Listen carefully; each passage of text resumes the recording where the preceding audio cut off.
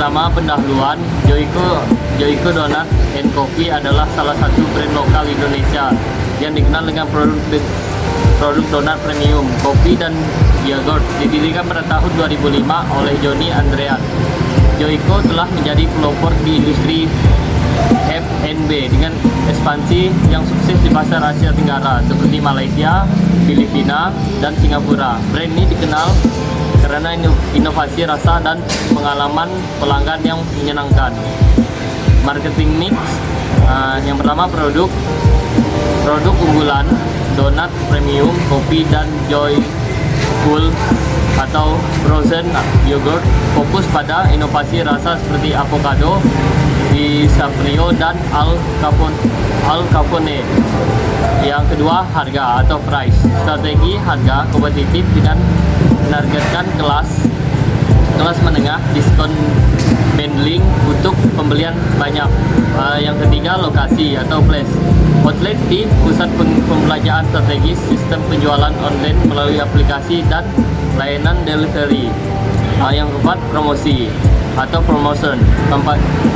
Kampanye media sosial aktif, promosi besar saat hari raya atau event khusus. Ini kan.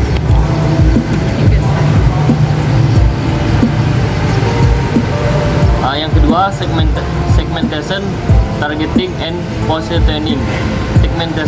Segmentasi geografis wilayah pemasaran Joyko Donut and Coffee saat ini tak hanya di Indonesia, akan tetapi juga meluas ke negara lain seperti Malaysia, Singapura, Filipina, dan Australia. Joyko Donut and Coffee di Kalibata City Sport merupakan salah satu cabang baru di daerah Kalibata. Yang poin selanjutnya, segmentasi demografis. Berdasarkan dari hasil perhitungan kuesioner konsumen Joyko Donut and Coffee di Kalibata City Sport mayoritas berumur 17 sampai 25 tahun. Untuk pekerjaan lebih dominan diduduki oleh pelajar, mahasiswa, dan pegawai swasta. Poin yang ketiga, segmentasi psikografis. Joyko Donut and Coffee menyasar kelas sosial menengah hingga menengah ke atas dengan gaya hidup modern, menggemari aktivitas sosial serupa hanging out di kafe, serta menggemari makanan dan minuman dengan brand premium. Poin yang keempat, segmentasi perilaku. Joyko Donut and Coffee tidak mengenal kesempatan penggunaan, sedangkan dari sisi manfaat yang dicari, ia dapat menjadi lambang status dan instrumen pemenuhan cita rasa masyarakat.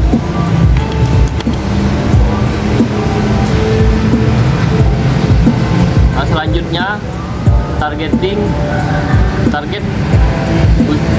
utama Joyko adalah kaum muda dan keluarga yang usia anggota keluarga kurang dari 55 tahun. Ini bisa kita lihat dari desain counter Joyko dan kemasan produknya yang berwarna cerah tapi tidak norak dan sesuai dengan kalangan konsumen menengah ke atas. Posisi Joyko saat ini di pasaran adalah market leader, karena saat ini Joyko sebagai perusahaan donat nomor 1 di Indonesia. Hal ini tidak berlebihan karena mengingat bahwa saat ini jika konsumen ingin makan donat dan nongkrong, Joyko menjadi salah satu alternatif pilihan mereka.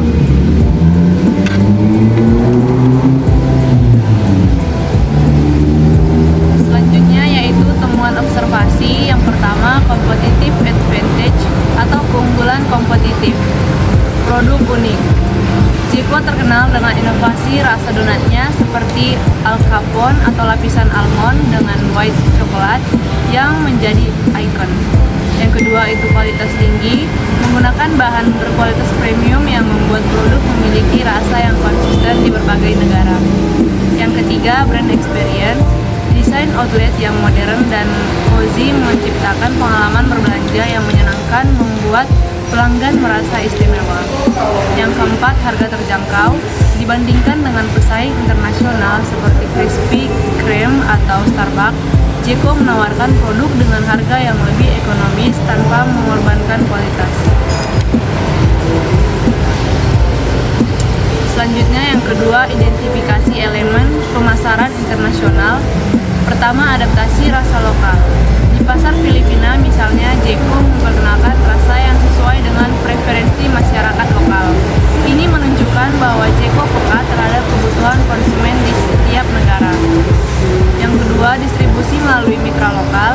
Dalam ekspansi internasionalnya, Jeko bekerjasama dengan mitra lokal untuk memahami budaya dan kebiasaan masyarakat setempat. Hal ini membantu brand untuk masuk ke pasar dengan lebih lancar. Yang ketiga yaitu hambatan. Hambatan yang dihadapi Jeko dalam ekspansi internasional meliputi yang pertama, adaptasi rasa lokal. Setiap negara memiliki perbedaan budaya termasuk selera makanan, gaya hidup, hingga cara berkomunikasi. Misalnya, tidak semua rasa donat yang populer di Indonesia diterima di negara lain. Yang kedua, persaingan ketat. Di pasar global, Jeko harus bersaing dengan brand besar seperti Dunkin', Donuts, Krispy Kreme, dan Starbucks yang sudah memiliki pangsa pasar kuat. Yang ketiga, kendala operasional, termasuk logistik, pengadaan bahan baku, dan pengelolaan sumber daya manusia di negara-negara dengan regulasi berbeda. Berikutnya ada analisis. Pertama ada budaya. 1. Adaptasi menu dengan mempertimbangkan preferensi lokal. 2. Strategi komunikasi yang menghormati budaya setempat. Berikutnya pesaing. 1. Krispy Kreme, Dunkin', dan Starbucks di pasar internasional. 2. Keunggulan Jeko, harga lebih terjangkau dan kualitas setara. Berikutnya host country, India. Alasan pemilihan. Pertama, pasar besar, populasi 1,4 miliar dengan pertumbuhan kelas menengah yang pesat. 2. Budaya konsumsi. Konsumsi makanan manis dan kopi sedang berkembang di kota-kota besar seperti Mumbai, Delhi, dan Bengaluru. 3. Persaingan minim. Pasar donat belum terlalu jenuh dengan peluang menonjol melalui harga kompetitif. 4. Pertumbuhan FMB. Industri makanan dan minuman modern berkembang pesat. Berikutnya ada rekomendasi peluang ekspansi Jeko di India. Yang pertama, pasar besar, populasi besar dengan kelas menengah yang terus tumbuh. 2. Tren nongkrong. Budaya konsumsi kopi dan donat sedang berkembang di kota besar. 3. Pasar donat terbuka. Kompetisi rendah, peluang untuk mendominasi. 4. Adaptasi lokal. Peluang inovasi rasa khas India, saffron, chai, dan mangga. 5. Pertumbuhan F&B. Industri makanan dan minuman berkembang pesat. 6. Promosi digital. Pemanfaatan digital dan media sosial untuk menjangkau konsumen muda. Berikutnya tantangan globalisasi. Pertama, fluktuasi nilai tukar mata uang. Yang kedua, regulasi impor bahan baku. Kesimpulan, Jeko memiliki peluang besar untuk ekspansi internasional dengan India sebagai target pasar yang strategis. Potensi pasar yang luas, tren konsumsi modern, dan minimnya pesaing dikategorikan donat memberikan peluang signifikan bagi Jeko untuk mendominasi pasar. Dengan strategi adaptasi menu lokal, promosi digital, dan harga kompetitif, Jeko dapat menarik perhatian konsumsi urban di India. Namun, tantangan seperti adaptasi budaya, regulasi lokal, dan fluktuasi ekonomi harus diantisipasi melalui perencanaan matang dan kolaborasi dengan mitra lokal. Dengan pendekatan ini, Jeko dapat memperluas jangkauannya dan memperkuat posisi sebagai brand lokal dari Indonesia. Demikian pemaparan materi tentang Jeko yang dapat kami berikan. Apabila ada kesalahan, kami mohon maaf. Sekian dan terima kasih.